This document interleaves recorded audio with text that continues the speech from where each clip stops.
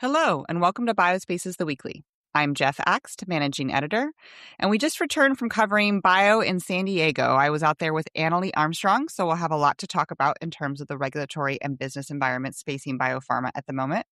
The good news is that sentiment is overwhelmingly positive, but it is nuanced, so we'll get into that in a little bit. In today's show, we'll also address the biggest headline of the week so far, the retraction of a pivotal study for Amgen's rare disease drug Tavneos. It's been on the FDA's radar since January when the agency requested that Amgen pull the drug from the market. But now the pivotal study published in the New England Journal of Medicine has been retracted. Finally, it's officially the start to the second half of the year. So we'll take a look back at the deals struck so far and what it means for the overall health of the industry. Let's dig in. Hi, everyone. How are y'all doing? Annalie, do you feel recovered from our week in San Diego? Yeah. I had a smooth travel experience. That, as everybody who I've talked to at any of these conferences knows, that is never the case. So, yeah, feeling good. That's a literal miracle, Italy. I know. And by the way, welcome back and thank you for coming back. Yeah, it was a long week. But you guys were so helpful, even, with news from San Diego. I couldn't believe how smooth it actually went. You two were hustling. We could tell. It was a true team effort, but glad to hear we were missed and glad to be back. Yeah. You guys, I get to introduce a new member of our team. This is Bingo. For our listeners to the Bio Conference, I won a Bluey prize pack, which included a little stuffy of her sister, Bingo. So now Bingo is going to be on my desk forever, and I am so excited. Everyone was like, Annalie, you should give that to your kids. Then you don't have to get them anything. And I'm like, no. She's for me. How is Bingo going to help the Biospace team, Annalie? You're already putting her to work? Yeah, I mean, she's got a little hat that kind of looks like an old school reporter's hat. So I'm sure she can do some investigative journalism, I think. Yeah, send her out in the field. Yeah. All right. Well, like I said, we'll get back to some of our takeaways from bio later in the show. But let's get started with introductions. Annalie, why don't you start us off? Yeah, so I am Annalie Armstrong, Senior Editor. I do the Biopharm Executive newsletter each week, which hits your inboxes on Wednesday.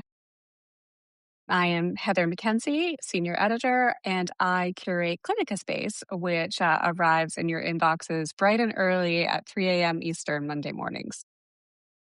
And I'm Gabrielle Mason, Senior Editor, and I put together our manufacturing newsletter, which goes out weekly on Tuesdays, and our daily Gene Pool newsletter.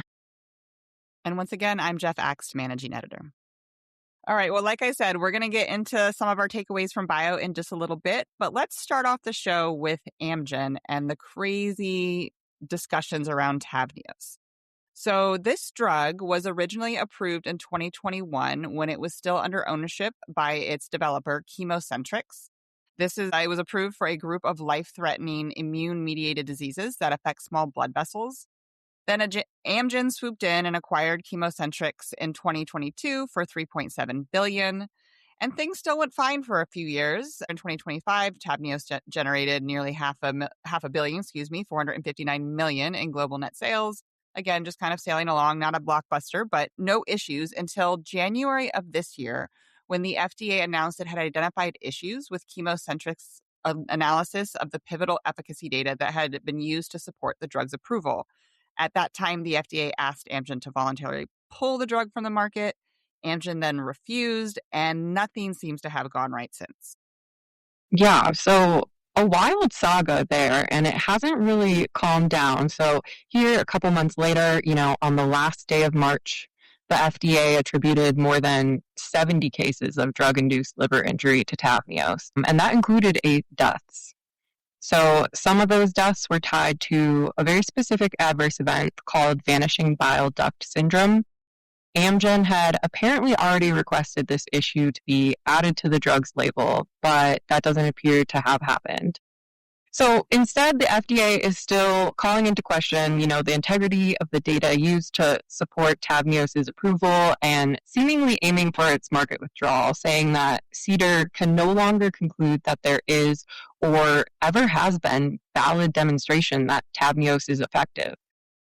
Amgen still stands by Tavneos and has not only, requested a hearing with the FDA, but also enlisted the Duke Clinical Research Institute to conduct an independent review of the data that they use to, underpin their application.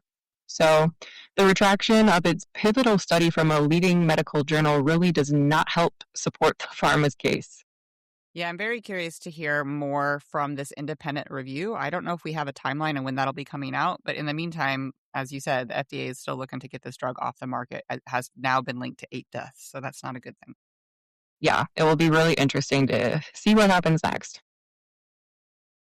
All right. Well, now, as promised, we are going to pivot back to bio. We kind of divided and conquered with Annalee going to as many of the business-related sessions as you could, and you talked to a bunch of business folks on the sidelines of the conference.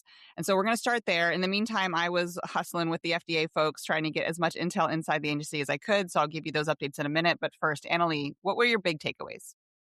Yeah, I think the headline of the entire conference was China. Like literally every panel, China was brought up. Even if the panel wasn't about that, it somehow came around to China. Although I am actually proud to say that I did not mention it one time during my panel that I did on building kinder and gentler ADCs. But that's actually more because I ran out of time, which happens. There is never enough time in those panels. They do kind of fly by. Yeah. And it was really, well, why don't I pivot to my panel? It was really fun. I got to talk to a bunch of experts in the ADC space and talk about how we can ease the treatment journey for patients. So that was a really cool one. But yeah, besides China, there was, a lot of discussion on the really vibrant deal making environment. Lots of people told me that the number of deals and IPOs this year have really been buoying the sector and helped keep the sentiment very positive. We definitely got that impression even going into bio, but it was really, I would say, validating. It was really strong, the sentiment when we were there. Everybody seemed to be in good spirits. Yeah, for sure. And the biopharma kind of conference schedule really starts in January with JP Morgan. And when I was in San Francisco for that conference, people were positive, but they were still a little cautious. So it's really nice to see that thread kind of stay through this half. And I feel like people were a lot more confident. Another thing that I think was new for me is that I was starting to hear that early stage companies are getting a lot more visibility with investors. So that to me is a bit of a change from what we heard just 6 months ago at JP Morgan. So yeah, overall, very positive vibe coming out of bio. Exactly the same on the regulatory front. So again, you were following all the business trends, and I was really trying to get a sense of what's going on at the FDA. As we know, we recently, said goodbye to very controversial FDA Commissioner Marty Makary, along with a handful of other senior leaders that all seem to have this tight circle and that were at the center of a number of controversial decisions and actions. So now we're a good 6+ weeks out from that latest leadership shakeup. And again, just an overwhelmingly positive vibe. I already got this impression from some of the initial sessions I went to with folks talking, including Bio President and CEO John Crowley, talking about, he had noticed this change in sentiment around the FDA and things were getting seemingly better in some ways, vague ways. But then I went to a town hall with acting leadership. So this included acting CDER director, acting CBER director, and then the acting deputy commissioner all sat down with Crowley. And they really spoke about the efforts they have undertaken to do just that, to turn morale around, to listen to and support the existing staff, to reduce the amount of attrition because, we had all those major layoffs last year, and then there were all those incentivized early retirements and other programs, and the number of folks leaving the FDA over the past year has continued even, beyond the news cycle about it. And so current leadership has really tried to reduce that attrition, and they say that they have back down to historical levels.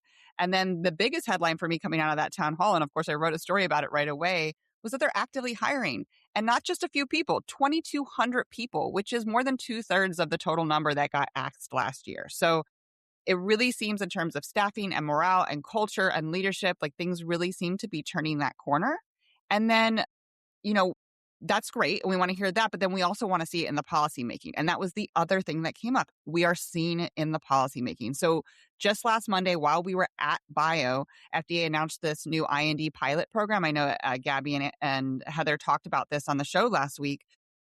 And the discussion around it was the fact that this came through a normal FDA, press release. It didn't come out through a journal, through social media.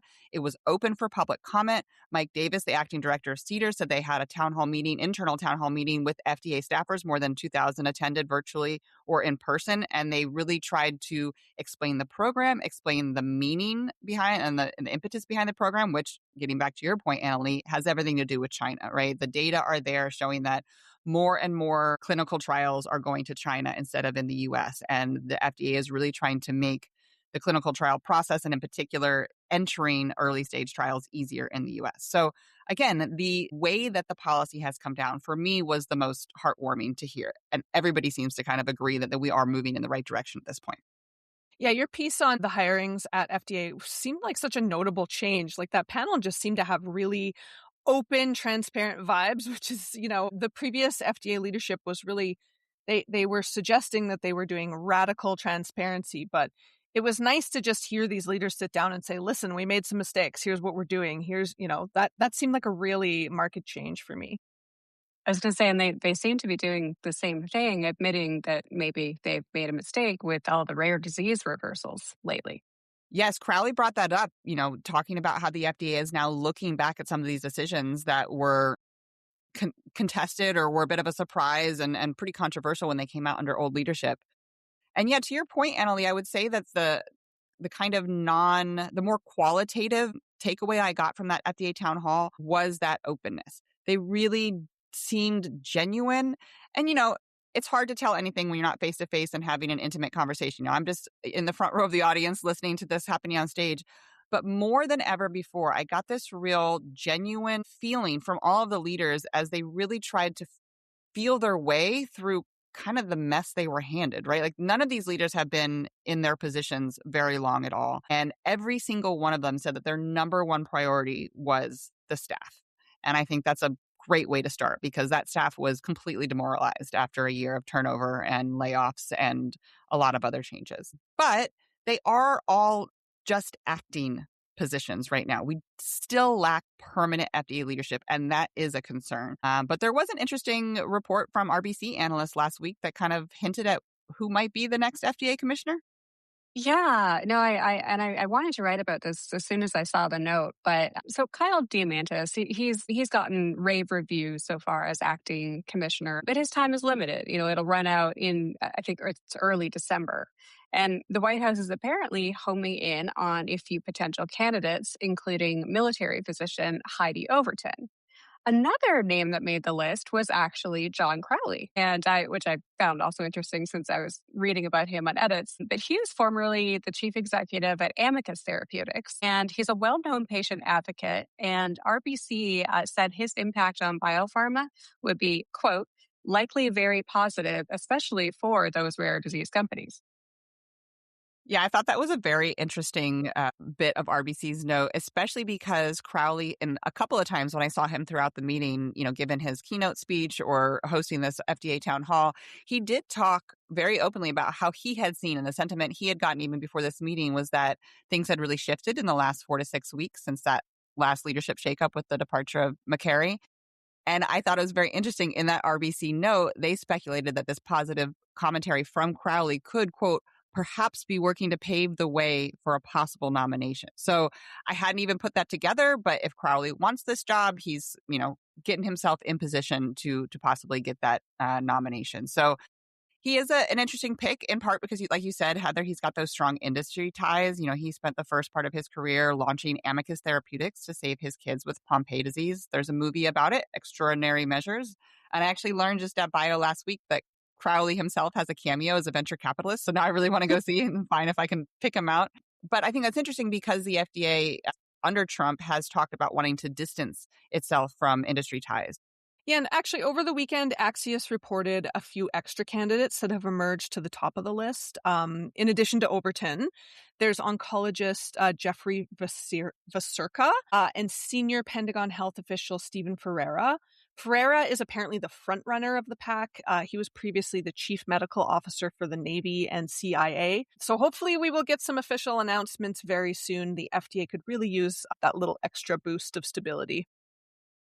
Yeah, the sooner the better. Although I did read in the RBC note, they don't actually anticipate anybody coming on before the midterms, which does make sense. So we might That is have a a little bit of a wait. long time. What was the total length of time that Diamantis could serve? Heather, something like 210 days or It's something? like 210, I think. Yeah, Something like that that. would have So, put him around December 9th or something, I think. okay. Is the date in my head, I remember. Yeah, and analysts are predicting that the agency is really going to push that to the limit. And honestly, is that such a bad thing since things seem to be going so well? Maybe let them settle in and recover a little bit and then put a new leader in place that can adopt something that's a little bit more manageable than maybe what someone would have adopted if they stepped in directly after McCary. That's a good point. He's known to be a very good leader and a very good manager. So maybe that kind of is what he's doing, sort of cleaning up the mess. Yeah, it does seem like they're like I said, broken record at this point, but hopefully turning that corner. We talked specifically, of course, about the culture and the morale and the staffing, but I did want to dive in a little bit deeper to some of those controversial decisions that now seem to be given a second look. So we talked a couple of weeks ago about the agency's reversal, of course, on Unicure's gene therapy for Huntington's disease. That's one that McCary himself, along with former CBER director Vinay Prasad, had in the spring said would require a sham surgery controlled trial. That was something that surprised the company and raised serious ethical concerns. But now Unicure is proceeding with a filing based on the existing data after all. So that was the first bit of good news. That was a couple weeks ago. And then last week, Replimune announced that the FDA had accepted a resubmission for its twice rejected melanoma asset. And REGENXBIO had two bits of good news for us. First, the company will resubmit its Hunter gene therapy thanks to an FDA change of heart. And second, it will seek approval for its Duchenne muscular dystrophy gene therapy. So all of these companies and products that seem to get kind of the shaft from the FDA in the last year or more, some of the original decisions came down last year, are now back at it, refiling and seemingly with FDA alignment. And then just yesterday, we got an announcement from Skyhawk on some new data for their own Huntington's candidate, and they actually pointed to Unicure's situation as a positive sign for their regulatory filing. Yeah, as I wrote in my article yesterday, the momentum is mounting again for Huntington's disease and patients, which is really excellent. So Skyhawk reported 12-month functional data. This is from a mid-stage trial of its oral Huntington's candidate, which has shown early signs of motor and functional improvements. Now, the data is early, but hopeful. But I spoke with CEO Bill Haney late last week, who said that he hopes the FDA's new position on Unicure will translate to their drug Sky 0515, which is actually a pill, so it may be easier for patients to, this is my word, stomach than a gene therapy. But Skyhawk already has, so they've got a phase 3 trial that they're currently enrolling, and they've already got 140 patients enrolled in that trial. But Haney said the company has had discussions with the FDA about a potentially accelerated timeline. Yeah, that's definitely in line with what we're seeing now with some of these other applications being invited to be resubmitted or to be submitted for the first time in the case of Unicure. So hopefully that bodes well for the patients, which is who matters in the end if we can get some of these rare disease drugs to market sooner. Another company that was blindsided by FDA decisions under McCary was Capricor. They have a Duchenne muscular dystrophy cardiomyopathy cell therapy that was rejected last July. But this one's got an interesting couple of twists to update you on. So first, the company was seemingly already headed in the right direction back in March when the FDA did accept a resubmission, even under McCary. It was given an action date of August. But then last week, Capricor got yet another surprise when the FDA decided that this decision would require an advisory committee meeting. And that's something that's been largely absent in the past year. Yeah, Capricorn just really seems like they're on a roller coaster lately. It just goes round and round, or maybe a carousel. But there were actually two adcoms announced on Friday. So Replimune got one too for its advanced melanoma therapy RP1. But that one made sense to me because there's been a lot of recent debate around that therapy between the FDA and physicians. So yeah, it sort of made a bit more sense. But since its July 2025 rejection, Capricorn's deramiocel actually aced a phase 3 trial, meeting all the, the primary endpoint and the secondary endpoints. So Capricor CEO Linda Marbane was surprised. She spoke with me on Friday and said the FDA hasn't communicated any issues that they want to discuss with Capricor. Marbane offered a couple of possible theories why they might have scheduled this advisory committee meeting, and that is one, the Diamantis has said that he wants more adcoms. So this could be in response to that. And two, the recent regulatory friction in the DMD space, or the Duchenne space, rather, last year with Sarepta's Elevidys and the two deaths that were linked to that drug. So Marbane said, quote, maybe they're being extra careful. Makes a lot of sense to me. The Sarepta saga last year was pretty crazy. The deaths themselves, and then the lack of disclosure of that third death that was associated with an experimental gene therapy that used the same vector technology. So I think that was kind of egg on the face of the FDA. Maybe they're trying to recover a little bit from that. And, it's a good point, too, about AdComs coming back. I made the point that they've been largely absent in the past year, but again, that was under old leadership. And now AdComs do seem to be coming back. Moderna was another one that had a recent AdCom. That was for its mRNA-based flu vaccine. As a reminder, that's the one that Prasad himself, controversially refused to even review.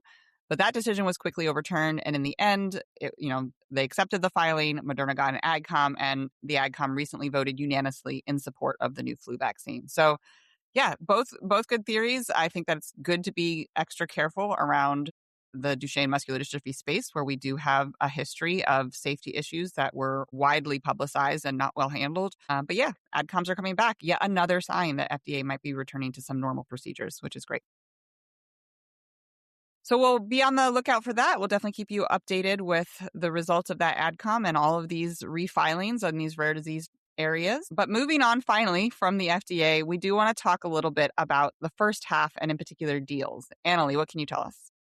Right. So I have my quarterly deal outlook coming out in Biopharm Executive this week. You can check that out online now. And no surprise, there were a lot more deals than the year prior, or the first half last year. Woo, too many quarters. So there were about 50 deals signed over this first half, which compares to about 32 last year. So like a pretty significant uptick.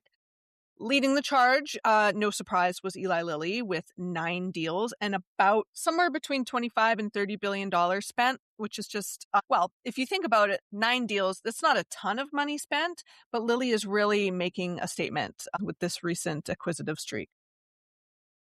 Thank you for bringing up Lilly. We can't go a whole podcast without mentioning Eli Lilly. We almost did. Look at us.